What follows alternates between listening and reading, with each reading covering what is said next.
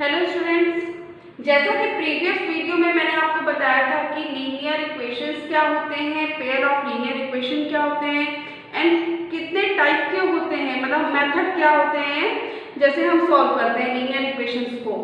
तो मैंने आपको दो मेथड के बारे में बताया था, ग्राफिकल मेथड और अलजेब्रिक मेथड।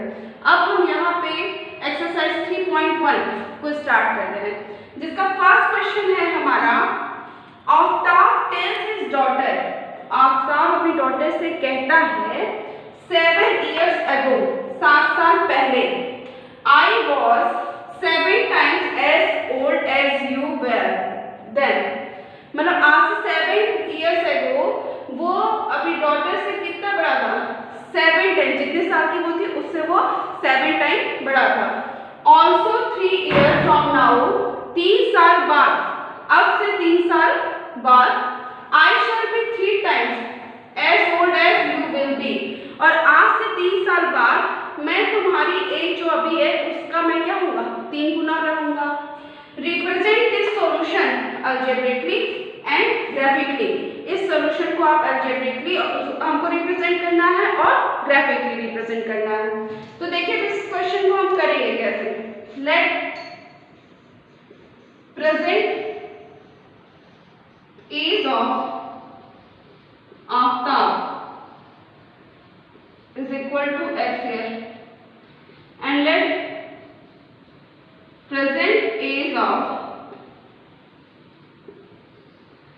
daughter, जो आफ्ताब की डॉटर है उसको हमने क्या कंसीडर कर लिया y, और आफ्ताब की एज को हमने क्या कंसीडर कर लिया x।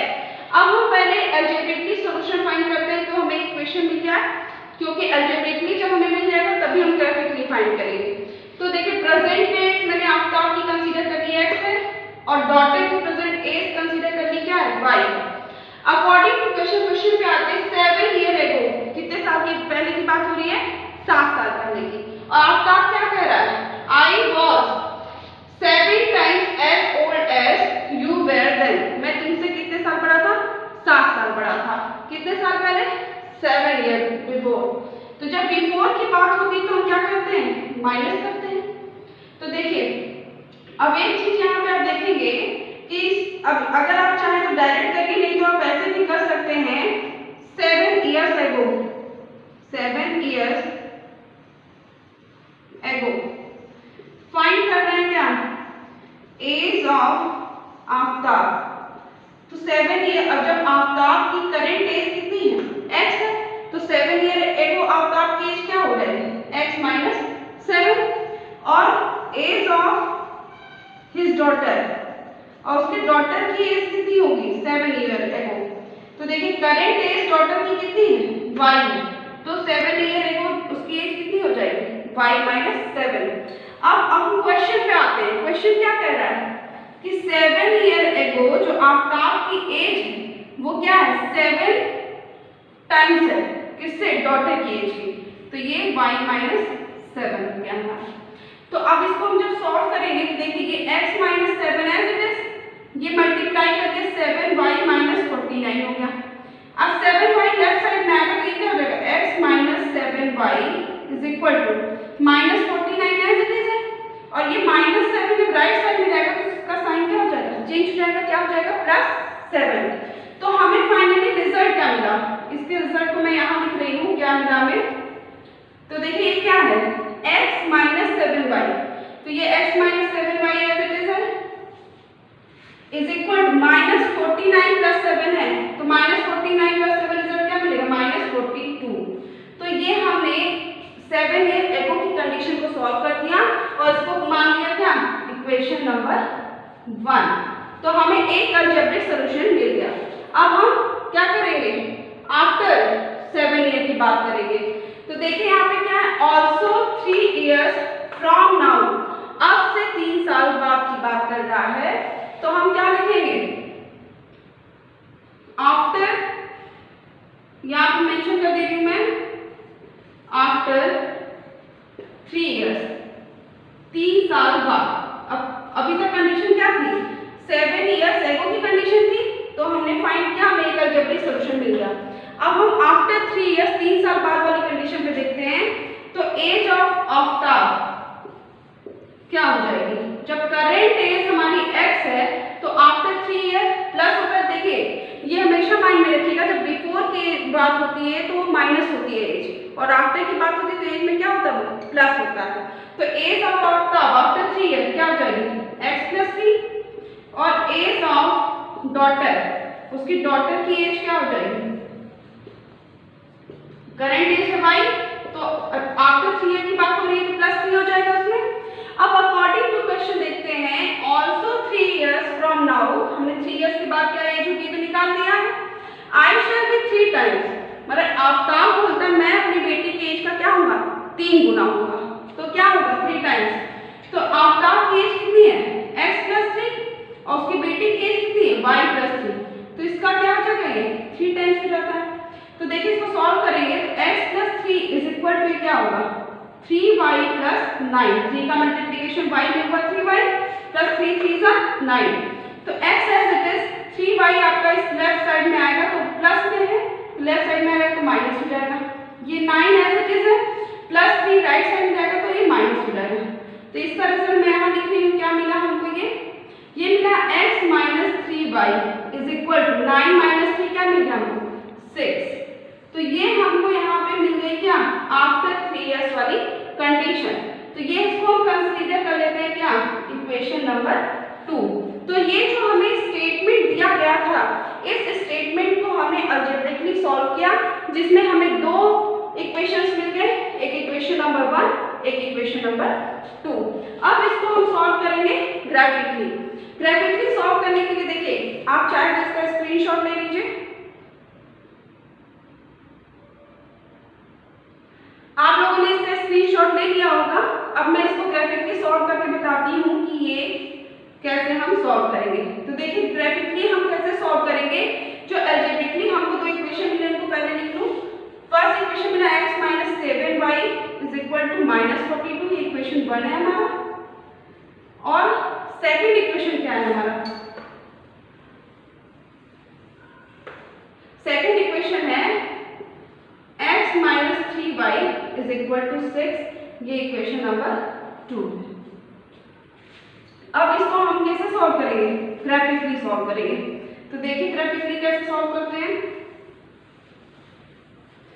ग्राफिकली सॉल्व करने के लिए हमने देखिए बॉक्स बनाया है, यहाँ इतने क्वेश्चन में मैं ग्राफिकली सॉल्व करके इधर मैं रिप्रेजेंट करूंगी। तो देखिए x और y ये मैंने आपके बॉक्स बना दिए हैं, और हम 2 वैल्यूज ही लेते हैं। ये इक्वेशन 1 के लिए और इक्वेशन 2 के लिए भी मैं बना दे रही हूँ, क्योंकि हमें 2 लाइंस को रिप्रेजेंट करना है। देखिए अब ये इक्वेशन 1 क्या है, x - 7y = -42। अगर हम x की वैल्यू 0 ले लें, x = 0 ले लें, हम कोई भी वैल्यू पे 1 से ले सकते हैं। 0 ले लेंगे तो क्या होगा, -7y = -42, माइनस माइनस कैंसिल हो जाएगा, y = 42/7, तो क्या हो गया 6 मिला। तो y की वैल्यू हमें क्या मिल गई, 6 मिल गई। अब देखिए अगर हम यहाँ पे इसको मैं सॉल्व करी तो x = अगर मैं 7 ले लूँ तो देखिए इक्वेशन क्या है, x - 7y = -42, ये इक्वेशन है हमारा। x = मैंने क्या ले लिया 7, तो 7 - 7y = क्या है -42, -7y एज इट इज है। ये 7 अगर राइट साइड में जाएगा तो माइनस हो जाएगा, -42 - 7 हो गया, तो -7y = क्या मिला, माइनस में 49, तो माइनस माइनस कैंसिल, y = 49/7, 7 7 या 49, तो हमें y की वैल्यू यहाँ से क्या मिल गई 7, तो यहाँ पर हमने रख दी y = 7। तो देखिए जब x = 0 रख रहे हैं तो y की वैल्यू क्या मिल रही है 6। ये पहले अभी हम इक्वेशन 1 को सॉल्व कर रहे हैं, और x = 7 जब इस इक्वेशन में रख रहे हैं तो y की वैल्यू में क्या मिल रही है 7। अब ये आपने फर्स्ट इक्वेशन के जो बॉक्स थे इसके 2 पॉइंट हमने फाइंड आउट कर लिए। अब सेकंड इक्वेशन को देखते हैं। तो देखिए सेकंड इक्वेशन हम कैसे फाइंड करेंगे, इसको सॉल्व कैसे करेंगे। तो यहाँ पे हम क्या करते हैं, क्या है x - 3y = 6, तो सेम प्रोसेस अगर x = यहाँ क्या ले लें 0 तो रख दें, तो 0 - 3y 3y is equal to क्या हो गया 6, तो -3y इक्वल टू क्या हो गया 6, y इक्वल टू 6 अपॉन -3, 6 3 2 जा 6, तो y की वैल्यू यहाँ से क्या मिल गई -2। जब हम x की वैल्यू क्या ले रहे हैं 0, तो y की वैल्यू क्या मिली है -2, हमने यहाँ पे रख दिया -2। अगर जैसे कि x -3y is equal to 6, अगर हम y की वैल्यू 0 ले लेते हैं, जब y की वैल्यू 0 लेंगे तो x की वैल्यू क्या मिलेगी, तो देखिए -3 इंटू 0 इज इक्वल टू 6, तो x -0 इक्वल टू 6, तो अगर y की वैल्यू में 0 ली तो x की वैल्यू में यहाँ पे क्या मिल रही है 6 मिल रही है, तो ये हमें यहाँ पे x की वैल्यू 6 मिल गई। अब देखिए ये हमने पॉइंट्स फाइंड कर लिए कैसे, दोनों इक्वेशन से। अब इनको ये मैं इरेज कर दे रही हूँ। अब आप लोग ग्राफिकल रिप्रेजेंटेशन देखेंगे कि हम इन पॉइंट्स को ग्राफिकल शो कैसे करते हैं। तो ये जो पॉइंट्स मिले हैं ये आप लोगों को समझ में आ गया होगा, इसको मैं यहाँ साइड में रख रही हूँ बॉक्स बनाकर। तो देखिए, तो जो पहला बॉक्स था हमारा x और y का, तो ये फर्स्ट इक्वेशन से जो मिला था, तो s की वैल्यू जब 0 रख रहे तो y की वैल्यू 7 मिली, s की वैल्यू 7 रखे तो y की वैल्यू भी हमें क्या मिल रही है 7 ही मिल रही है। अब हम सेकंड बॉक्स जो दिया सेकंड इक्वेशन में सॉल्व किया था, तो उसमें देखिए ये हमारे बॉक्स है x एंड y, s की वैल्यू 0 लिए तो y की वैल्यू क्या मिली -2, y की वैल्यू 0 लिए तो s की वैल्यू क्या मिली 6। इसको मैं इरेज कर रही हूँ, ये इक्वेशन को भी मैं इरेज कर दे रही हूँ। तो देखिए कैसे सॉल्व करेंगे, ध्यान से देखिएगा। अब हम यहाँ पे ग्राफ वेक्टर तो नहीं है हमारे पास, लेकिन एक आइडिया है जिसके थ्रू बना रही हूँ मैं। अब आप लोग ग्राफ वेक्टर को बनाइएगा।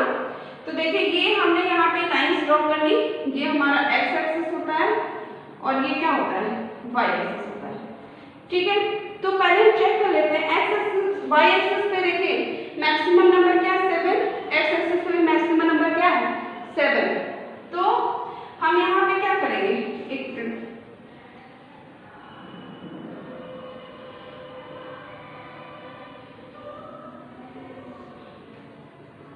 ये हमारा x एक्सिस, तो y पे भी हम ये, और ये क्या है y एक्सिस।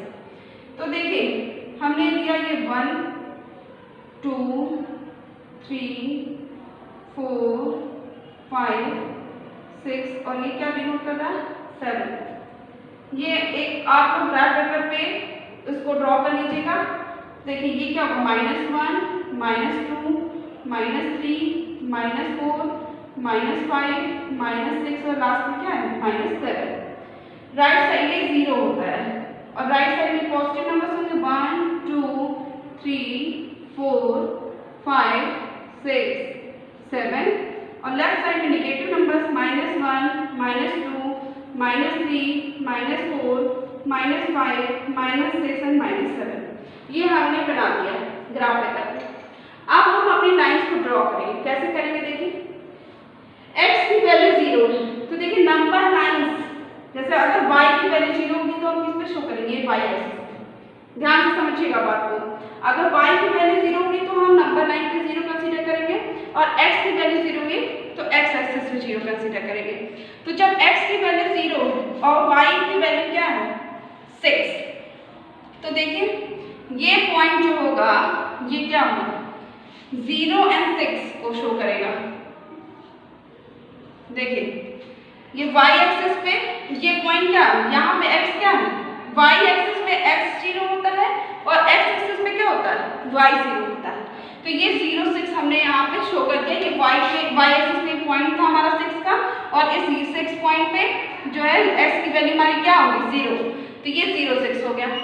अब x की वैल्यू 7 है और y की भी वैल्यू 7 है, तो देखिए x की वैल्यू यहाँ 7 है, ठीक है, और y की वैल्यू है 7। अब ये स्केल तो नहीं है, मैं एक अंदाजे से इसको डाल रही हूँ, तो ये हो गया हमारा 7 एंड 7, ठीक है। अब इसके बाद ये लाइंस को हम ड्रॉ कर देते हैं ग्राफिकल। देखिए ये लाइन हमने ड्रॉ कर दी। नेक्स्ट देखिए x की वैल्यू 0 है और y की वैल्यू क्या है -2, तो ये यहाँ पे आएगा x की वैल्यू 0 और y की वैल्यू -2, क्योंकि मैंने बताया था कि y एक्सिस पे x 0 होता y 0 होता है। अब यहाँ x की वैल्यू 6 है और y की वैल्यू 0 है, तो ये यहाँ पे शो करेगा 6 0, ठीक है। तो यहाँ पे देखिए अब ये 2 पॉइंट्स हमारे पास है 0 -2 और ये 6 0। अब इनको हमें ड्रॉ करना है। देखिए हमने इसको ड्रॉ कर दिया, तो देखिए ये हमारे इक्वेशन 1 जो था इसको हमने ग्राफिकली यहाँ ड्रॉ किया और ये इक्वेशन 2 की लाइन थी इसको हमने ग्राफिकली ड्रॉ कर दिया। इस तरह मैंने आपको अलजेब्रिकली आप जो ये स्टेटमेंट दिया था, ये स्टेटमेंट को आप अलजेब्रिकली कैसे आप सॉल्व करेंगे वो भी मैंने आपको बता दिया, ग्राफिकली कैसे सॉल्व करेंगे ये भी मैंने आपको बता दिया।